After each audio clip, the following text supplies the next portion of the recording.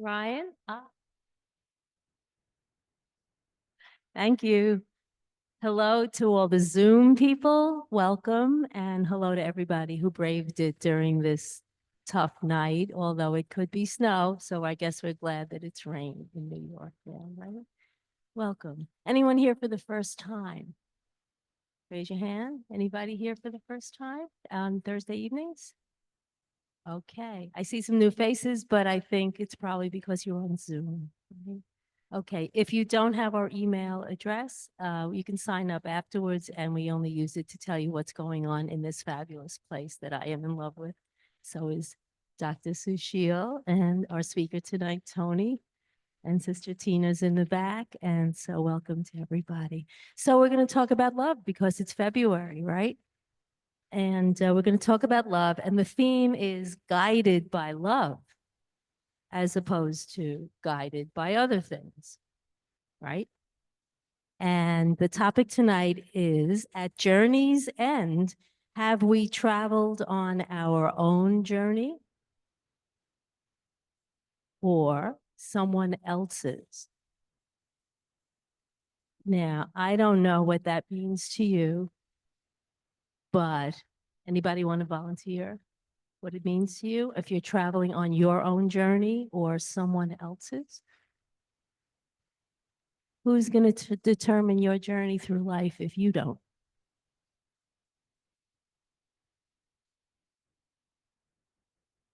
I'm going to ask you to speak into the mic because, or I can repeat, it has to be you. What do you mean?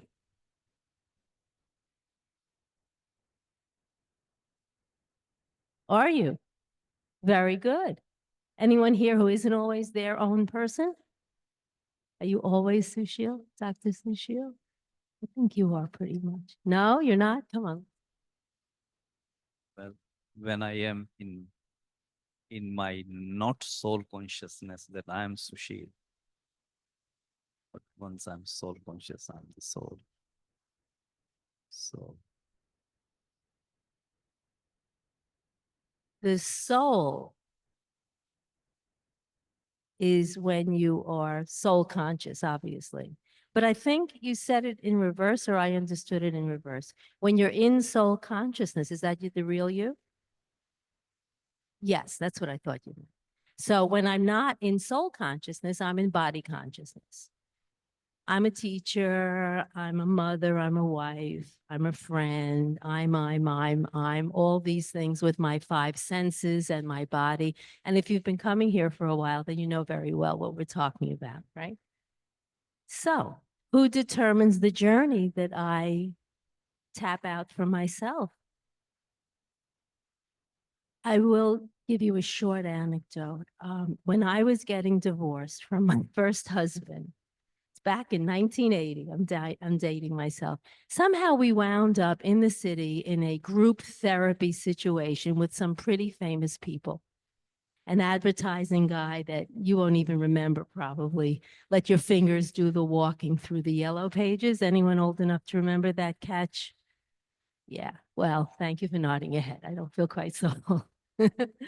And these were Cy Sims and his wife. I mean, really, these were, and there was a man that one of them spoke about who was in the nascent stage of television. So when television was a baby, I even remember 15-minute quickie shows when I was a little kid. When it was in its nascent stage, this man was instrumental, and you wouldn't know his name now. This man was instrumental in being right there in the right place at the right time in the nascent stage of TV. And every day he would go to his mahogany paneled office. He'd take the elevator all the way up, wherever it was, NBC, I don't know. And he'd take that bottle of vodka out from under his desk and spend the entire day drinking. What was wrong? Was he on his journey or was he on someone else's? What do you think? What do you mean? Who decided? I mean, he chose to drink. I mean, I can't speak for everyone, but anyone who chooses that kind of poison all the time, it's to suppress something, some form of control or pain. Not necessarily, or just a family addiction. It doesn't necessarily mean it's something they're covering, but he is trying to live up to someone else's standards that he couldn't cope with it, and that was his way of coping. A lot of times we confuse self-love with things we think are going to make us happy, right? So you plan this whole life, or you want to be really, really rich, or whatever you want it to be, skydiving, whatever it is. And then you wind up, what's missing? Well, that's what Tony is going to talk about tonight, right, Tony? What's missing? You have a choice. But if you're going to own responsibility for where you wind up, you want to be able to lead the way in ways we talk about here. What was missing from this man's life was the love, self, and others along the way on his journey. So I'm going to let Tony take over, and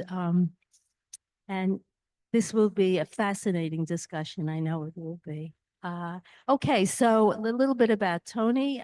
He's an architect and an urban planner. He's the head of his own business. He's worked in the United States and in Asia. And he's been a student of the Brahma Kumaris for almost 25 years, Tony? There you go, me too. And what he tries to do, and I know he does this, is bring everything he learns here in the way of how to make yourself happy, how to love other people, how to be the real you, which is the soul you, not the scarf wearing you.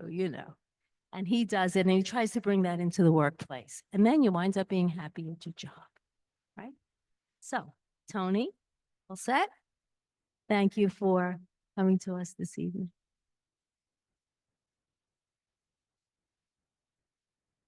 Oh, no. So you, oh, good. Okay.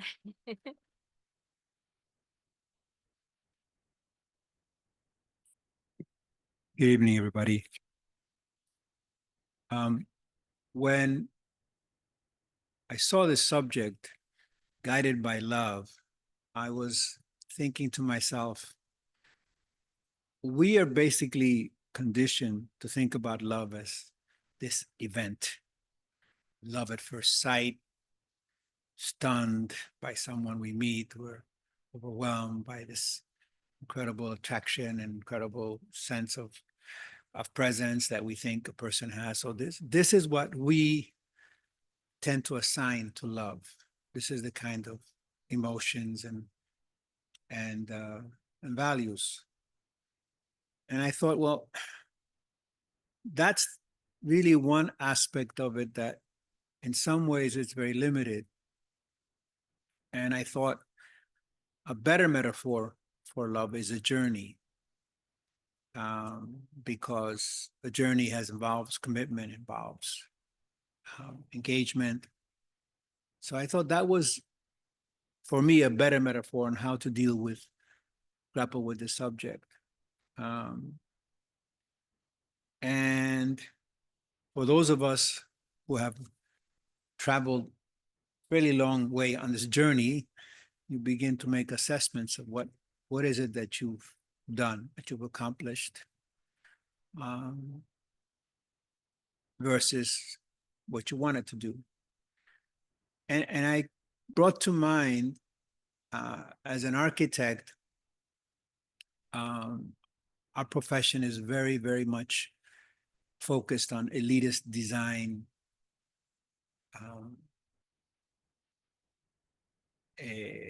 extensions of yourself. And I've known a couple of fairly successful architects in that respect. And in retrospect, as I think about them, and I'm saying, these people got what they were going after, supposedly, and they were not happy. They had a sense of accomplishment. They were validated. They certainly felt their ego was sated with their success, but they were not happy. And I think that kind of is an indication of what Louise was talking about. In other words, what is the journey that we're taking? Is it our journey, or is it another journey that not necessarily is something that really, that we own, I should say belong, that we own. So the question is, did this journey take us someplace where we want to be, where we feel good, where we feel comfortable? Or did it take us someplace led by our ambitions and our perceptions of the world and things that we thought mattered to the rest of the universe? Or is it something that we at this point say, okay, this is where somewhere where I want it to be? So that is kind of the crux of the comparison we're making. And to me, that's very critical, because there is, to me, the ingredient in making this distinction between a journey where we have taken ownership of what we've done. And I want to use a term that I've come to understand recently in some very profound ways, is that it matters, that what we did matters to us. Not just important, but it matters to us. It matters to us. It has to be kind of an emotional engagement. Or did what we do matter to other people? And maybe not that much to us. So those are the two juxtapositions. That's the juxtaposition we're talking about here. Did I do matter to me? Did the road I took matters to things outside of me, things that I thought were important, but maybe weren't? And that's where the whole concept of, I'm introducing the concept of love into this. And I'm trying to give it some sort of nuance, because term love is kind of very powerful, engaging. Everybody gets worked up over it. Some people are cynical and find it completely, not applicable. But essentially, we have in our life the opportunity to get what we do informed by love and its progenitors. Those are tenderness, understanding, acceptance, gentleness. These are all the qualities of love. When you think about love, these are all the qualities that exist in a loving relationship, in a loving context. So is our life informed by these qualities, or is it exclusively informed by the achievements, the validation of what you set out to do? There's a story about someone who actually used to come to the Brahma Kumaris in Peace Village, named Roger Salient. He was a kind of a genius manager working for Ford, and he did the most difficult job you can do for Ford. He was the guy that opened their new plants. Opening a plant of something as enormous as a car company is a task of incredible complexity. And he was a genius at it. One incident he talked about in one of the sessions that we were with him was he went to Brazil to open a plant. And by the time he got there, the information that the executives were getting is that that's never going to happen. You can forget about a plant in Brazil. And obviously an enormous amount of money had been invested in all these things. There was a huge cultural gap between the American managers and the Brazilian managers. And Nothing was getting done. So he arrives. He quickly assesses that this is a totally gridlocked situation. And he stops work on everything, on the plant, on all administrative tasks. Now, he basically closes down Ford operation in the city he was in Brazil. I don't recall which one it was.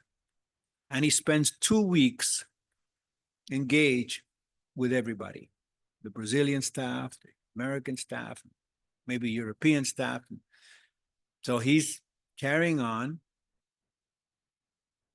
And after 2 weeks, he reassembles the people and they open the plant. Now, here is a situation where this was not going to happen. These people were absolutely not prepared to make any kind of effort to work together. So what he did is he went in to understand what exactly was it people wanted, what mattered to them. And by extension, what was the things that they would want to do, that might love to do. And he broke this down philosophically into two spheres of organizations. He says, one is the sphere of metrics, tasks, objectives, goals, and strategies, right? And that sphere is called management. Then the other sphere is a sphere of wants, of ambition, of likes, of dislikes, of relationships.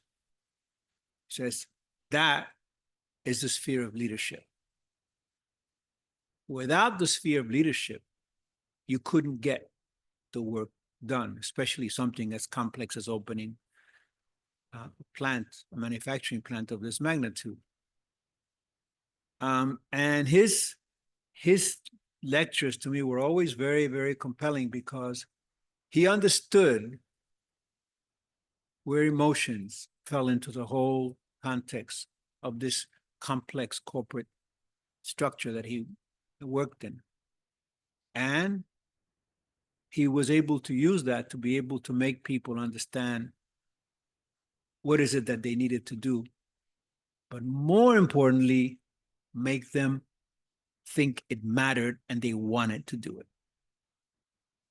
So that to me was an example of a nuance. To me, the critical thing is that people have to feel like they and what they do matter.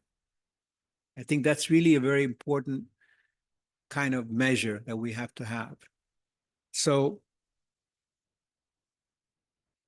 when we're moving forward in our life, I go back to saying, what are we doing? Are we moving along, following the dictates of society? You have to be a lawyer, you have to be an engineer, you have to be a doctor, you have to do this, you have to and go to school, you have to be a business, but whatever it is that you feel is required of you versus what you want to do, the things that doing something that is of consequence to you. Now, the issue is not that you have to go on a separate journey and forget about all your responsibilities. But in my own personal experience, I grew up with thinking responsibilities and tasks required by those responsibilities, that was my life. For many years, that was what I thought. Okay, I'm doing this. It's important that I do this. This is what's required. But that does not make you happy. That doesn't make you feel good. Doesn't make you feel it matters. It's only when I started rethinking what matters that I began to understand that I needed to invest in my life some of the nuances of the elements that I feel come from love: acceptance, understanding, tenderness, compassion. And as you do your job, you do your work, your business, and those qualities inform what you do, what you say to people, how you treat them, how you engage with them, how you engage with everybody that's involved in your enterprise. Then it begins to be something that you own. You own. It's yours. There may be mistakes in it, there may be problems, but it is yours. As opposed to what I used to think was mine, was that I had this practice, I had to do this thing, I had to, that was mine. But it wasn't mine. It was something else, something that someone, I was convinced I had to do. It was not mine. I thought it was mine, but it wasn't mine. In a kind of a similar way in relationships, people get involved with someone who's has a stature and status, or someone like they feel they should be associated with, versus someone they really have an engagement with. Kind of similar situation. And the outcomes tend to be very similar.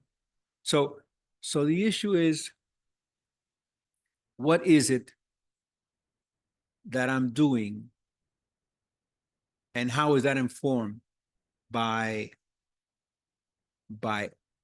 the qualities of love? How is that guided by those qualities? I mean, that's really the kind of the separation. And the most critical thing in this is that without some element of love, one of these qualities, you can't be happy. You can feel validated, you can feel people respect or appreciate your accomplishments, but that's not going to make you happy. That's going to make you feel like, okay, you've done something, you've accomplished something. It's dry. It doesn't have the sense of your own wants, your own issues in it. It's something that was objective. And for some of us, particularly ones in the professions, that was actually the way it was supposed to be. You were supposed to be a very, very distant, detached observer of that world, of that involvement. You were supposed to do it, there was economic, there was professional aspects. That's the way we were raised professionally. Meanwhile, what was important is what happens in that process, the people that you deal with. So the thing for me that's the most critical is that it's only in the dialogue of love and its qualities is where you really get to understand yourself. And most important, also, you get to relate to others. While I was kind of thinking about this, there was a passage in the Bible, in the New Testament, in first letter of Paul to the Corinthians, and where they talk about love. It actually is the passage that used in most Christian marriages, a passage that's read. And it's very, very, I'll read a little bit of it because you'll know what it is. It says, love is patient and kind. It does not envy or boast. It is not arrogant or rude. It does not insist on its own way.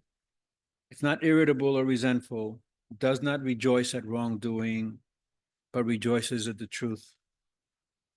Love bears all things, believes all things, hopes all things, endures all things. It never ends. As prophecies, they will pass away. As tongues, they will cease. As phrenology, too, will pass away, but not love.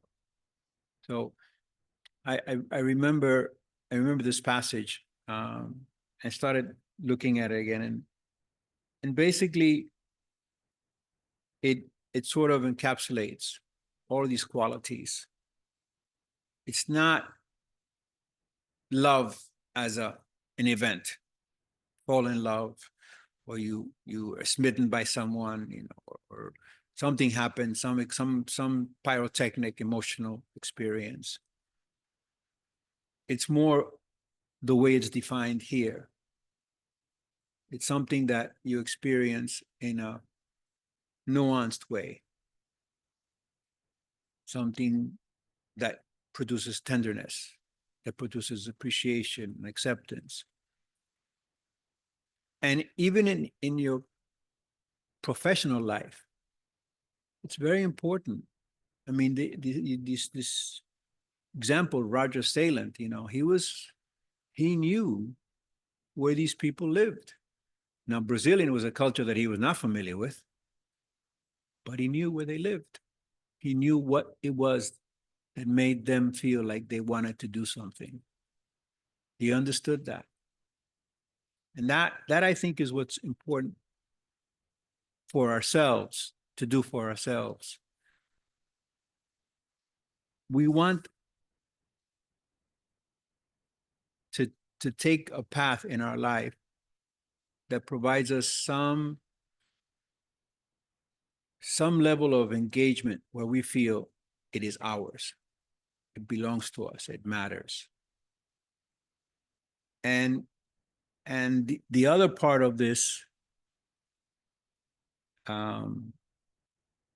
process is the most important process. The only part of this process is to begin to love yourself.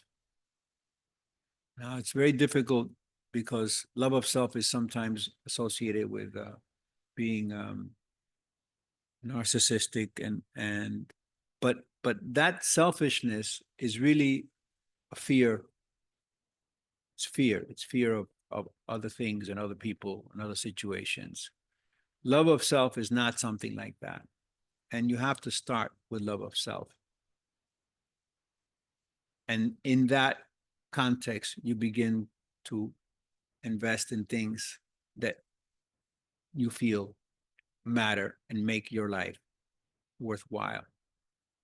So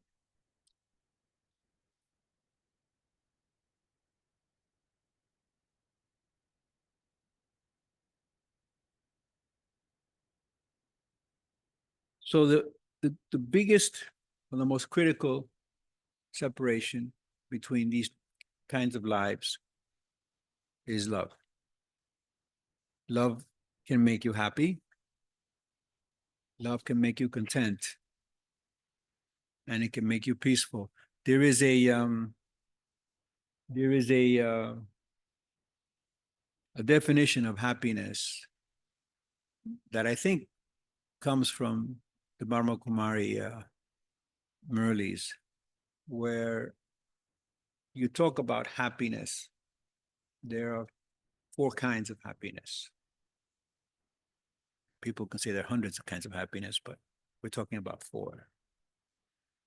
There's happiness with the environment, world around you. And that happiness is known as prosperity. Then there is happiness with your body. There's happiness of the body. Your body's happy. And that's referred to as health. Then there's the happiness of relationships, which we've been talking about right now. And that's called love. And ultimately, happiness that we want to promote here is happiness with the soul, happiness with your essence. And that is called peace. So these definition of happiness, I thought kind of appropriate, kind of envelop this subject of guided by love. These are the things that make our life worthwhile, make it livable, make it happy and content. Yes, Can I jump in? yes, absolutely. Okay, I'm gonna play devil's advocate, okay? Okay. I believe 100% in everything you've said. How do we do it in this world? And I'll give you my specific example. I was a teacher at one of the best high schools before I retired on the island. We were such a happy faculty. We do student faculty plays. The administration and the faculty just got along so well. We do overnight trips with the kids and we were laughing and having a great time. The morale of the staff was so high. Same building. I can walk it from my house. Same building. Some of the same administration. They're discouraging, Tony. They're discouraging the student faculty happy times. They're canceling trips. It's not financial. They want to focus on having the best district with the best grades, yada, yada, yada. So how do you maintain? And then there was COVID. I mean, COVID gave us an unreal, but it changed the complexion of my town. It changed the complexion of us as human beings. It made us more isolated. How much more blatant, you talk about a metaphor, how much more blatant can you get than wearing a mask? And people can't, my husband was working with preschoolers and he lost their faces because they were coming to preschool with little masks on and their eyes were sad and their eyes weren't happy and they weren't speaking as well and they were 3 and 4 years old. So we've got major changes going on. Do you have an answer to any of this? How do we maintain our own strength and dignity and teach it to our children? Well, I think that's the analogy of the teachers and how they were before. And I'm thinking about when I was in school and how the teachers were versus teachers now.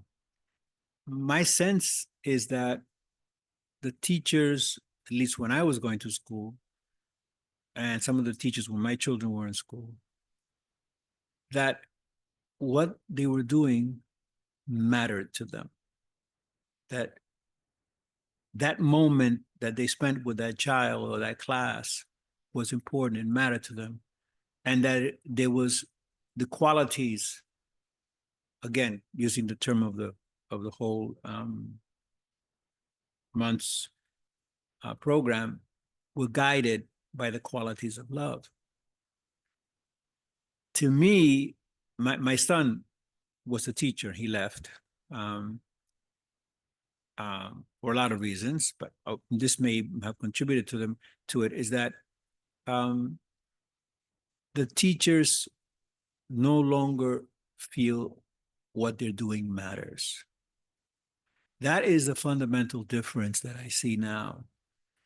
If it matters, if it's something that has, and again, for me, if it matters, means there's a quality of love in it, then you're doing something that's going to engage the students. And I didn't come from a particularly, reasonable group of people when I was growing up. But even with all of that, even though we were from difficult schools and tough schools, it mattered. And we knew it mattered. So even, and in those days, the cultural difference between the students and the teachers was very significant, but we knew that it mattered to them. So it didn't matter that they were not same culture. There was no consequence. We knew that we mattered and what they were doing mattered to them. We sensed that. That doesn't exist now, which is one of the reasons my son left the school system. But the other hook in that is that what mattered to children then, this is a whole new generation growing up post-COVID. What matters is what they're taught by their parents. And what matters is all the things you spoke about that have to do with not being authentic to oneself. not being soul conscious, to use that as the phrase. But the analogy of using a classroom is very important because technically the child in this culture, more than most, the teaching process is part of the child raising process. So if that teacher is not signed on to raise the child, which is what part of their responsibility, then you got to disconnect. And it doesn't matter if the kids are all internet junkies, they'll know if it matters. I taught a workshop on with another fellow, a photographer. We did a workshop on math and science, and we went into school in the Bronx where I am from, the same neighborhood, and the classrooms. I mean, some of the classrooms were off the wall. They were like in one class. It was 34 students, and you went into the classroom, and it was like a circus. Kids running around perimeter of the classroom, a lot of interactions between student groups and what have you. And I was saying, how can anybody function in this chaos? But I had a task of bringing in this workshop, one on science and one on math, which basically I looked at architectural principles associated with math. And the most extraordinary thing happened. I was doing the class every week, and I gave the projects out. I did have the student do projects because it had to be a hands-on type of thing. And I would be going to everybody's desk. And when I went to somebody's desk who was running around, they stopped running around and came to the desk to talk about their project because it mattered to them. Mattered. Okay? Because it mattered to them. Now they're in this chaotic environment. They're going through all this stuff, but and they know that it mattered to me. They could sense it matters to me and it matters to them. So that synergy took this kid running around this classroom and made him sit down and actually have a conversation. And some of the projects were very interesting because they felt it had some sort of incidence in their consciousness, in their lives, or whatever, however they evaluated their situation.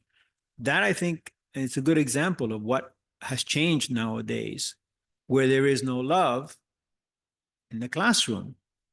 When I was growing up, it wasn't affectionate, but these teachers thought this was a serious thing, and it was important that you appreciate the situation of the students and how they behaved and how they felt, that you mattered. I mean, so even the disciplinarians, you felt like you mattered. So it was a different time, and love and its qualities were very much part of that exchange. Yeah, and it's changed because I know that as we have these pockets of multicultural, we have different cultures now. It's not just the way it was 50 years ago. And the parents want the kid to go to Harvard. The parents want the A+. And the kids have lost that warmth and that love of learning. And it's the saddest thing I've ever seen. And it was starting to happen when I left. And it's continuing now. So I guess what I'm trying to say is when I analyze the pockets of my own life, it's coming here. It's coming to focus on my own soul, on what's important to me as a human being who is different from other human beings. Find out what your specialty is. Find out how you can make yourself happy. Because if I look at the world around me, I can be very sad. I don't even watch the news, I don't want to know. I don't want to know what's going on more than I have to. We all try to live in lives to eliminate conflict. I mean, we don't want to go around having conflict all the time. And we're forced to compromise, which is essential to be able to live in this world. But at some point, the elimination of conflict, the avoidance of conflict, at what point does it become basically indifference and you stop caring? That I think is really the difference between something that's informed or guided by love and not. So if you have love at any level, not that you have this incredibly successful relationship or successful engagement with your family, if you have love at any level, uh, that you still feel your own wants and your own needs, that means you're looking for a place to be. That means you have some direction. It doesn't have to be a lot.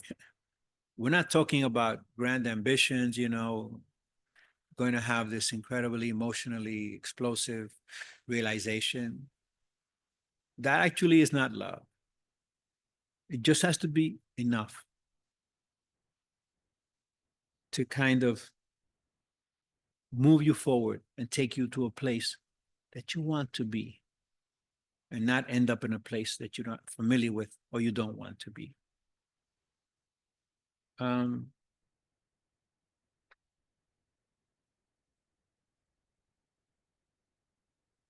so love and happiness are two qualities that go together. There was a song when I was growing up by Al Green called Love and Happiness. You'd have to be going back a ways to know what that is. I suspect there's not too many people here that were familiar with it. But that song was primarily about relationships. But love and happiness are things that go together. They're related. They function as a pair. They don't function independently. If you're happy, there's love somewhere nearby. And if you love, there'll be some happiness somewhere nearby. They go together. And when you have one, you have the other. And that's really an important quality for us to kind of keep in mind, because it's not a question of one giant gesture. It's hundreds of little situations that you're facing. And in each of these, you have to make the assessment. What are the qualities that inform this decision? And that I think is where this can make a difference in our lives. And to me, that is ownership of your life, as opposed to what I used to think it was before. That is ownership, because it's something that you want, that you feel is important to you, that it matters to you. And that I think is what ownership of your life really is.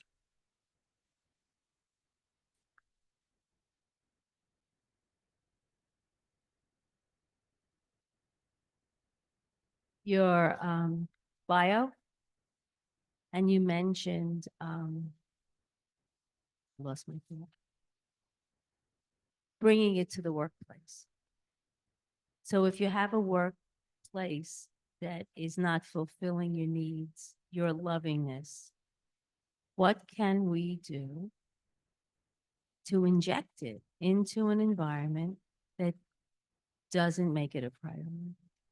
Well, it's I think easier than people think if you have the right focus. If you're working somewhere, you need to be able to look at the people you work with, which is the first experience, in a way that brings these qualities, understanding and acceptance. When you bring that to any kind of engagement with someone else, that changes the way that person relates to you fundamentally. It's a big difference. And I think in my life, I was fortunate that I had that kind of curiosity about people, that I would be genuinely interested in what they were about, curious about it. It wasn't a philosophical discussion like we're having now. I actually was interested in what this person was about. Was it like? They all seemed kind of, okay, unique to me. That's a quality I think that took me a long way when I was young, getting through kind of a myriad number of situations and obstacles I had to face. Some of them my own insecurities. So the first step is actually not as complicated as you think. It's okay. I'm dealing with these people. What is it? Who are they? What are they about? You know, and I think that that is the first step in the work environment. And to be able to do that with your colleagues and then do it with your subordinates and your superiors. So okay, what is this person doing? What are they saying? I've said this story before, but you know, when someone comes and says something negative to you, right? And your reaction is, how can they do that to me? There's a friend or relative says something very bad to you, and you say, how can they do it? And you're stabbed to the heart. A week later, that person has said that to you, may not even remember they said it to you, but you remember. So you go and you take the same knife and you stab yourself again. Now that person's gone. They're no longer around to stab you, but you got that knife and you're doing that or again and again. And I think what's important is if someone that comes to you and does that, you have to say, okay, what's going on? Be curious about the person. Why are they doing this? Did I do something wrong? That's a tough one because we don't like to admit that we do wrong things, right? But did I do something wrong? Was there something in that person's reaction that I was responsible for? One. Did this person do something wrong? Do they have a problem? Are they sick? Are they, you know, whatever? By the time you get to the third level is exactly what's happening, you know, why you already lost a lot of the anger and the pain of that exchange. And you're on your way to understanding that person. That is part of love. That is part of love of your fellow man. We say here you have love of yourself, love of the family, and love of God. So you have to love yourself and you have to love the family. So whoever you're working with, you have to go and find out. Whoever you're dealing with, what caused that? And if you examine that, by the time you finish the examination, your initial hurt is gone, right? It's over because you're looking at it in a particular way. And I think that's how you change. Now, that's not to say they're very toxic people that you really can't be around. Obviously, you know, we're not saying we're going to become super psychiatrists and stuff like that. But then we don't need to be. Most of the time, there's small interactions like that. And as long as they're all guided or informed by these qualities, you can make a difference, not just in what they do, but in how you feel. Because the benefit of this is not, I'm doing good for someone else, but you're doing good for yourself. It makes you feel good too. That's the one thing about love that's wonderful is that everybody wins. Okay? When people love each other, everybody wins. There are no losers. And if someone stops loving you, then it wasn't love, because love never stops. Love never ends. People and relationships can pass each other, but if there is real love, you never forget that person. That person is never out of your consciousness. If you were in love with someone, there is no time in your life that you will not remember that person. Ever. Ever. So, in some ways, the one difference between the journey and love is that the journey ends, but love doesn't end. Love is transcendent. And that's really one of the most important things that we need to kind of keep in our consciousness. That these are qualities that don't have to be big, dramatic gestures. They're small ones. Actually, the small ones are more important in many ways because they are the ones that slowly build up the ability for you to actually communicate with someone else. and the ability for you to actually communicate what you want to do to someone else. So again, both sides gain. You are understood better, and other people feel understood better. That to me is the most compelling aspect of this. When you're guided by objectives, tasks, goals, metrics, okay, that's like playing a video game or playing a game of chance, or I mean, a game of skill, like poker or something like that. When you're doing things that are guided by the qualities of love, then it's not a video game. Then it's you. It's you. It's you. It's your engagement. It is you, and you're a part of it. Whereas when you're like my colleagues in the profession, they're all in the middle of this definition of what's a success, and they're unhappy because it's not them. Even though they designed the buildings, it's still not them. One of the things I remember as a designer is after we did a building, I would go back to the building and I would find everything that was wrong with it. So I no longer identify with the building. Now I designed the building, but I came back and said, well, I did that wrong. I did so. So the minute the thing is done, it becomes an objective thing, and it's no longer you, right? Something else. And I think that's the difference. You know, these are objective things, but we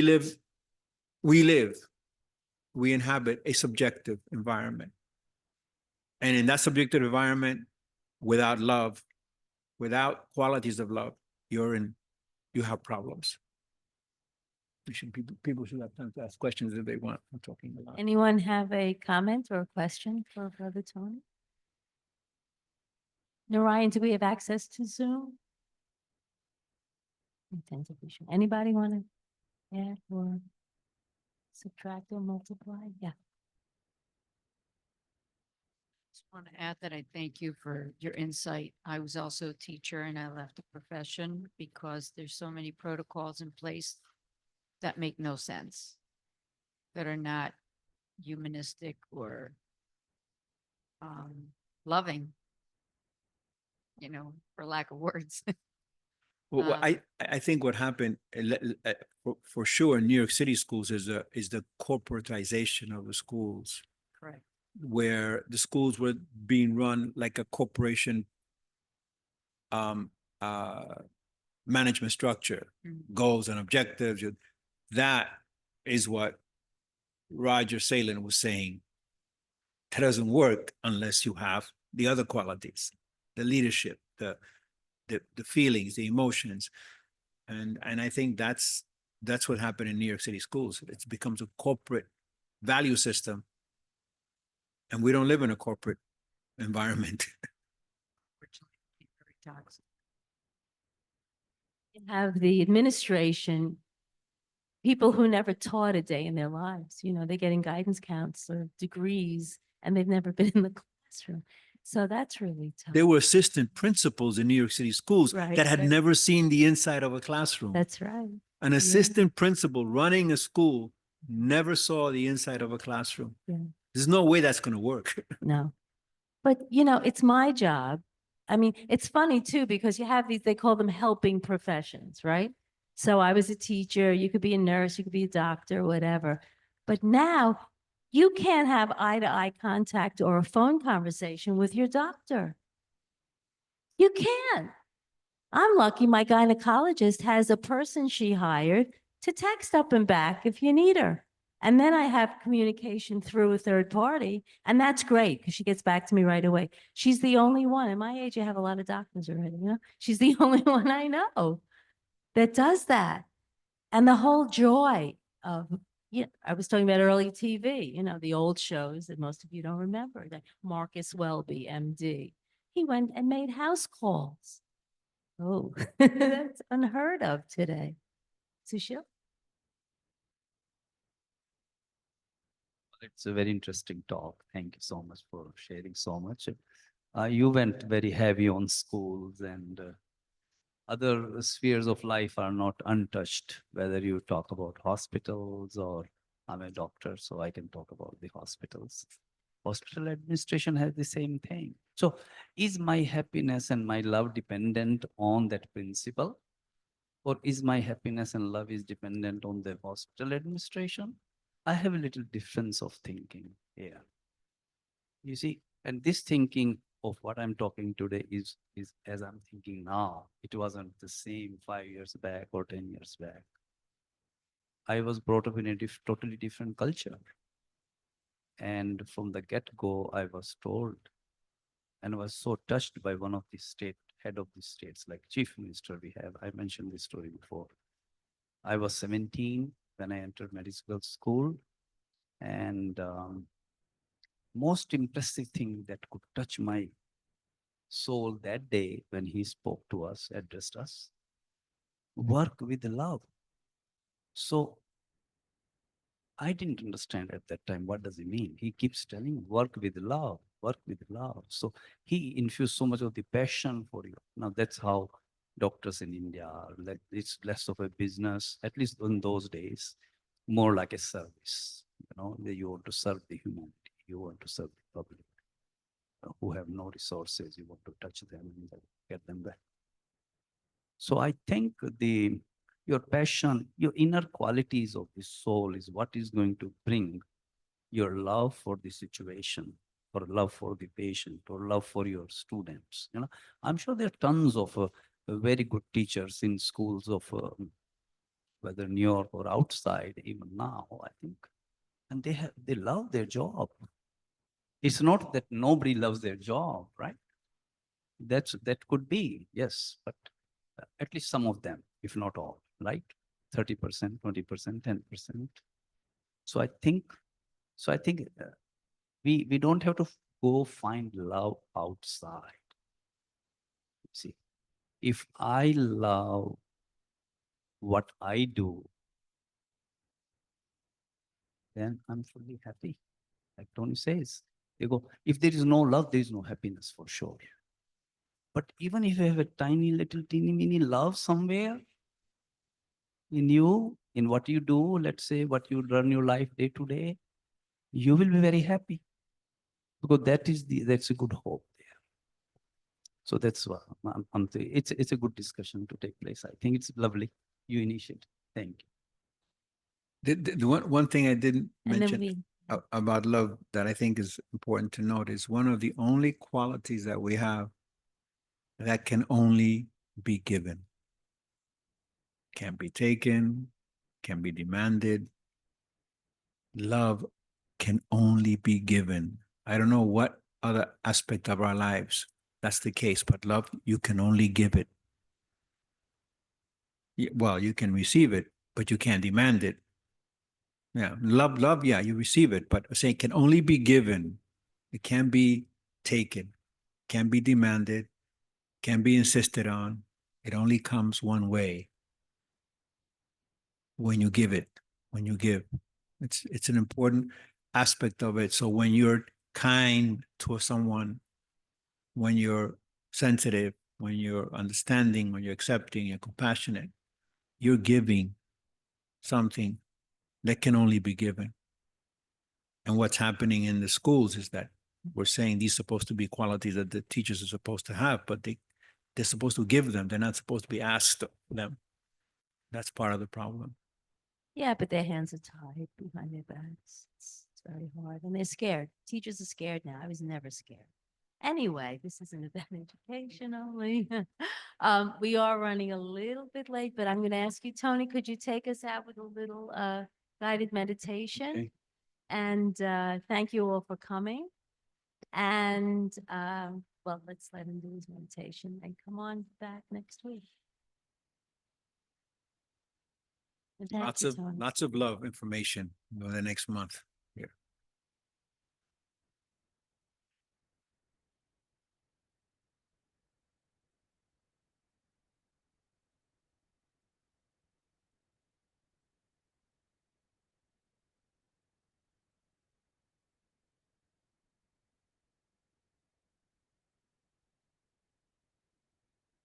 Let's settle down.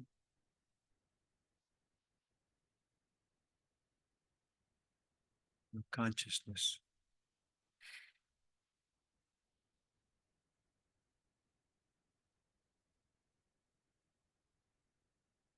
Into the part inside of us that harbors emotions, generally referred to as the heart.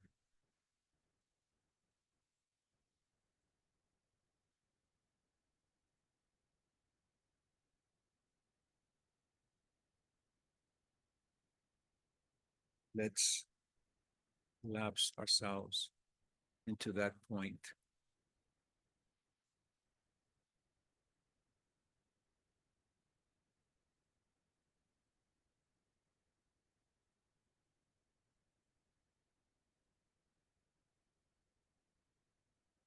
Focusing ourselves.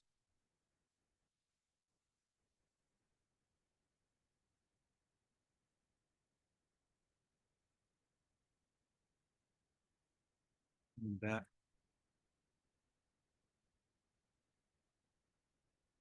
which makes us complete, whole,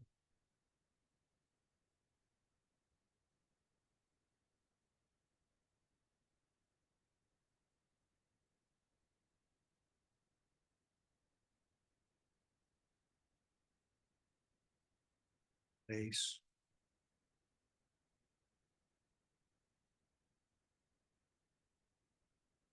that always gives.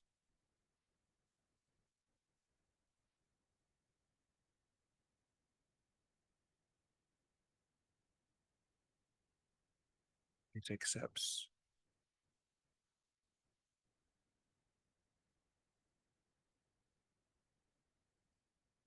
Always understand.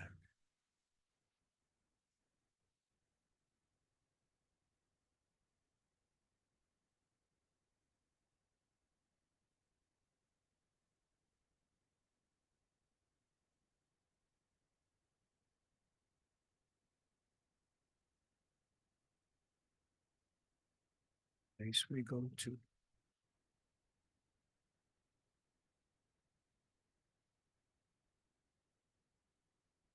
And the Lord rewards us.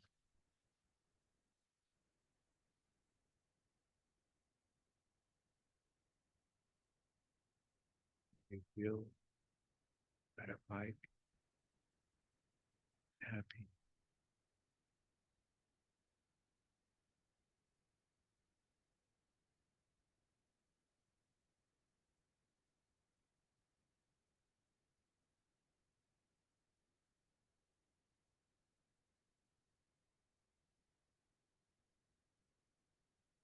Things we need to return to every day.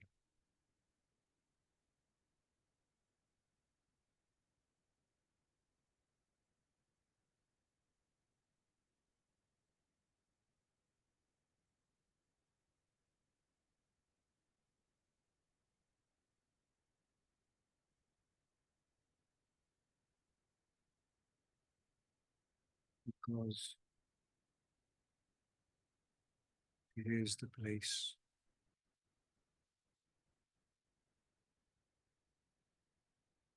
where we truly live, experience,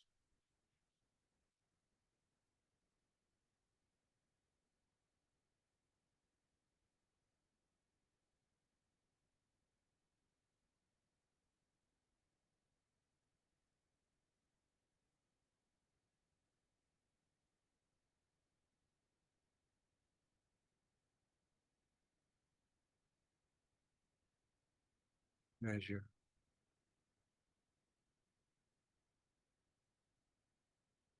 beauty of our lives.